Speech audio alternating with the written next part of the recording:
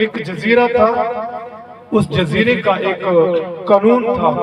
قانون کیا تھا کہ وہ کہتے تھے کہ جزیرے کے اوپر سال کے پہلے دن جو بندہ آئے گا ہم اس کو اپنا حکمران مان لیں گے۔ جو بندہ بھی اس جزیرے پر پہلا قدم رکھے گا سال کے پہلے دن ہم اس کو اپنا حکمران، اپنا بادشاہ مان لیں گے۔ تو اس جزیرے میں جزیرے کے جتنے بھی لوگ رہنے والے تھے اس کو اپنا بادشاہ مانتے تھے۔ تو حضرت رومی علیہ السلام نے اس مثال کو، اس حقیقت کو مثال میں تبدیل کر کے ہمیں بتایا ہے کہ وہ جزیرہ جو تھا، اس جزیرے کے اوپر حکمرانی وہ بندہ کرتا تھا جو سال میں پہلی مرتبہ، سال کے پہلے دن اس پر قدم رکھتا تھا۔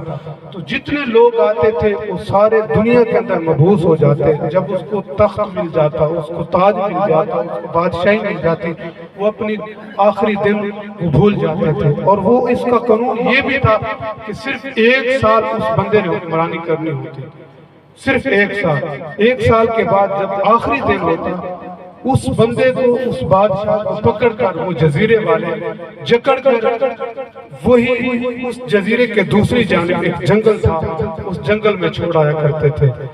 تو جب اس کو چھوڑایا کرتے وہاں درندے ہوتے تھے، تو درندے کی وہ بندہ خوراک ہو جایا کرتا تھا۔ تو جب وہ اس بندے کو بادشاہ بناتے، پہلے یہ ساری سچویشن اس کو بتا دیتے، ساری حقیقت اس کے سامنے رکھ دیتے، تو بندہ کہتا ٹھیک ہے میں کر لوں گا۔ وہ پورا سال ایسے ہی گزار دیا کرتا تھا۔ تو ایک ایسا بندہ آیا جب وہ اس نے پہلے سال کے پہلے دن، اس سال کے پہلے دن وہاں پہ قدم رکھا، تو اس کے سامنے انہوں نے کہا کہ ہم نے آپ کو اپنا بادشاہ مقرر کرنا ہے۔ اس بندے نے کہا کہ یار میں امور سلطنت کو جانتا ہی نہیں، جو سلطنت کے اصول و قواعد ضوابط ہوتے میں تو اس کو نہیں جانتا، میں کیسے بادشاہ ہو سکتا ہوں؟ تو انہوں نے کہا جیسے ہی مرضی تو مان چاہے نہ مان، ہم اپنا حکمران تجھے بنائیں گے، کیونکہ یہ ہماری جو ہے، یہ ہمارا قاعدہ ہے، ہمارا قانون ہے، ہمارا اصول ہے، سال کے پہلے دن جو قدم رکھے گا وہ ہمارا بادشاہ ہوگا۔ تو بادشاہ نہیں بنے گا، ہم تجھے زبردستی بادشاہ بنا کے رکھ دیں گے۔ اس بندے نے کہا کہ یار مجھے یہ بتاؤ کہ کیا تم میری بات بھی مانو گے کہ نہیں مانو گے؟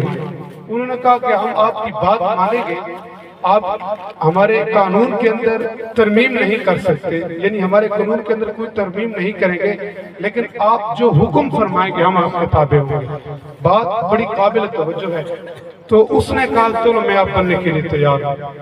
تو جب وہ بندہ بادشاہ بنا، مقرر ہوا، اس بندے نے پہلے دن ہی حکم دے دیا کہ جو کمانڈوز ہیں ان کو بلایا جائے۔ کمانڈوز جتنے بھی تھے وہ آگئے۔ تو جب کمانڈوز آئے تو اس نے حکم دے دیا کہ جاؤ آپ سارے جتنے بھی جنگلی درندے ہیں ان کو کاٹ ڈالو۔ میں مختصر کرتا چلوں۔ دوسرے دن اس نے حکم دیا کہ جتنے بھی محل بنانے والے معمار ہیں اس کو بلایا جائے۔ وہ آئے، ان کو کہا کہ آپ وہاں پہ محل تلاش کر دیں، محل تیار کر دیں۔ تیسرے دن اس نے جنگلات والے جوانوں کو بلایا، کہا کہ جتنی بھی وہاں جھاڑیاں ہیں آپ اس کو ساری کو کاٹ ڈالیں۔ تو جب وہ کاٹی گئی، وہ بندہ پورا سال یہی محنت کرواتا رہا، محنت کرواتا رہا، محنت کرواتا رہا۔ بالآخر جب آخری دن آیا تو اس نے اس کو پکڑ کر جگڑ کر لے جانے لگے۔ تو اس نے کہا مجھے جگڑ کر کیوں لے جاتے ہو، میں خود ہی جانے کے لیے تیار ہوں۔ تو جو درندے تھے وہ ختم ہو گئے، جو جھاڑیاں تھیں وہ ختم ہو گئی، جو جتنے بھی جنگلی جانور تھے مارنے والے وہ ختم ہو گئے۔ تو ساتھیوں، حضرت رومی علیہ السلام نے ہمیں یہ ایک مثال دی کہ بندے کو رب تعالیٰ نے دنیا کے اندر بھیجا ہے، اگر بندہ نیک اعمال کر کے ان جنگل والی جھاڑی کو ختم کر دے گا تو وہ اس کے اوپر آسانی سے سکون سے قبر میں رہ سکتا ہے۔ اگر اس نے نیک اعمال کر کے وہ قبر منزل، قبر کی جتنی بھی جھاڑیاں ہیں، جتنے بھی درندے ہیں، جتنے بھی وہاں پہ رہنے والے درندے، انسان کو نقصان پہنچانے والے درندے ہیں، اگر بندہ نیک اعمال کر کے، نیک لشکر بھیج کے، صالح لشکر بھیج کے اپنی قبر کے جتنے بھی درندے ہیں ان کو صاف کر سکتا ہے۔ تو ساتھیوں میں آخر پہ یہی عرض کرتا چلوں کہ حضرت نبی کریم صلی اللہ علیہ وسلم کے ایک صحابی کی توبہ صرف آپ کے سامنے عرض کرتا چلوں. حضرت حضور نبی مکرم صلی اللہ علیہ وسلم کے صحابی اس سے ایک غلطی سرزد ہو گئی، کیونکہ انسان گناہوں کا پتلا ہے. اس سے غلطی سرزد ہوئی تو وہ حضور کی دہلیز پہ آئے، حاضر ہوئے، عرض کی یا رسول اللہ مجھ سے غلطی سرزد ہے، مجھے پاک کر دیجئے. تو حضور نے اپنا چہرہ مبارک دوسری جانب کر لیا. اسی طرح 3 مرتبہ حضور نے کیا. تو حضور نبی مکرم صلی اللہ علیہ وسلم نے 3 مرتبہ جب اپنا چہرہ مبارک پھیرا تو حضور علیہ الصلوۃ والتسلیم کے وہ صحابی بار بار حضور کی دہلیز پہ آئے، کہا یا رسول اللہ مجھے پاک کر دیجئے. تو حضور نے صحابہ کو فرمایا کہ جاؤ اس کو جو بھی سزا دینی ہے وہ لا کے اس کو سزا دو. جب اس کو میدان میں اندر لایا گیا، کوڑے لائے گئے، جب ایک کوڑا لگا تو صحابی کی آہ نکلی. تو حضور بیٹھے تھے، حضور کھڑے ہو گئے. جب دوسرا کوڑا لگا، حضور کھڑے تھے تو اس صحابی کی آہ نکلی، حضور چل پے. یعنی کہ صحابی کی آہ نکلتی حضور بیٹھ نہیں سکتے تھے، صحابی کی آہ نکلتی حضور کھڑے ہو گئے، کھڑ نہیں سکتے، حضور چلتے رہے، پھرتے رہے. تو حضور کی آنکھوں سے آنسو چھم چھم برس پڑے.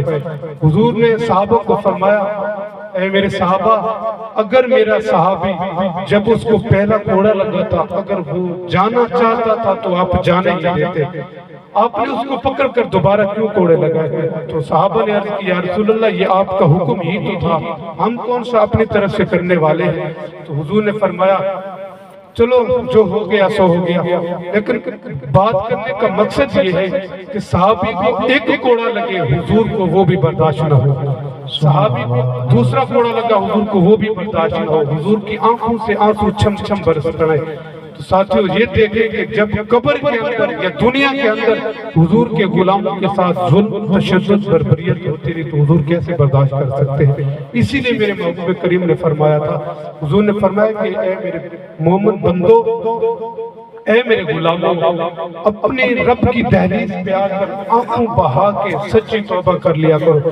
جب آپ سچی توبہ کریں گے آنکھوں سے ایک آنسو جائے گا، رب تعالیٰ ساری جتنے بھی گناہ ہوں تمام گناہوں کو معاف فرما دے گا. فقیرانہ صدا کر چلے، میاں تم خوش رہو، ہم دعا کر چلے. دعا ہے اللہ کریم سب سے پہلے ناچیز کو عمل کی توفیق عطا فرمائے.